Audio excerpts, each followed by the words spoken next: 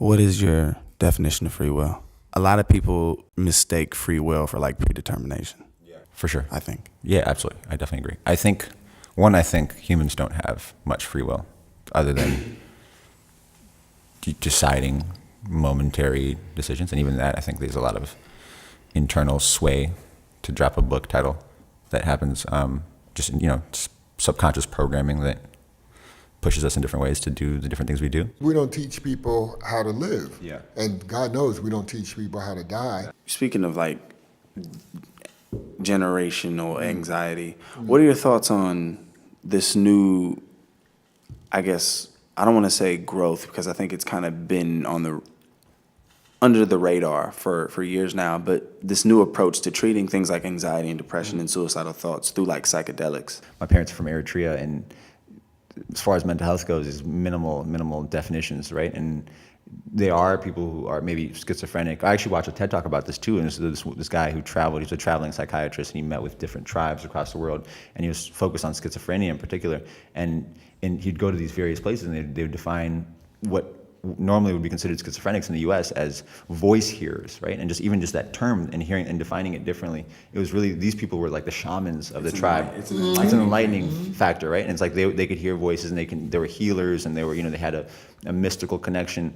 Whereas, in the U.S. it's like, oh, crazy. You're talking to yourself, you're crazy. Right. Yeah. So even that, just so it's a word difference. As untraditional as it sounds to not go to school, I think that's the right thing to do in 2018. Yeah, no, absolutely. Unless you want to be a doctor, a lawyer, STEM. or a dentist. Hey, fuck it. study design. Save your money. Yeah, for sure. Save your money. Sure. I haven't flashed my master's degree at a single fucking person. Have you used your degree? I guess maybe. You'll make everybody for what you're doing. Absolutely, it helps. Well, and for me, I guess it's like the institutional support of, and it's a conversational thing. It's such bullshit, but it's like it gets me into, being a young black male. But you've received your doctorate from YouTube University, and that's probably yeah, facts. Pop culture as a second language. That's a fact. That is a fact. I coined that. He's term. bilingual. He's bilingual. I'm bilingual. English and pop culture. English and pop culture. Slowly adding other languages. It's English It and is. pop It culture. is. It is a thing. Yeah. You think so? Yeah, it is. I think I coined it, but that doesn't necessarily mean that. That it's a thing. No, that it didn't exist like, before you. Right. Yeah. Like I'm sure sure. Perez Hilton would use that same shit or something. Do you ever think about that? Like, if what I want to do doesn't work out,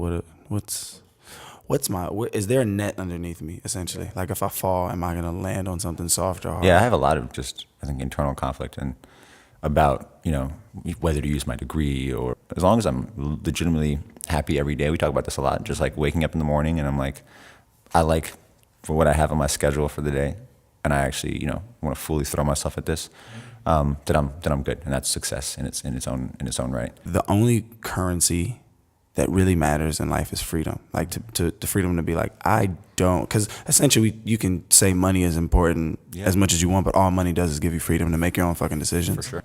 I think the whole freedom aspect is, I haven't been the most free person, for the past couple of years since I graduated. So do I have to sacrifice, weekends, long nights, early mornings, long commutes, long road trips? That's part of it, But I think if you look at it from a negative perspective, it just kind of beats you down. I think I try and look at it as just a new experience every day. The way you learn from people is just opening yourself to little things. Yeah. It's not swallowing everything. Like if you tell me everything, I'm gonna take some of it.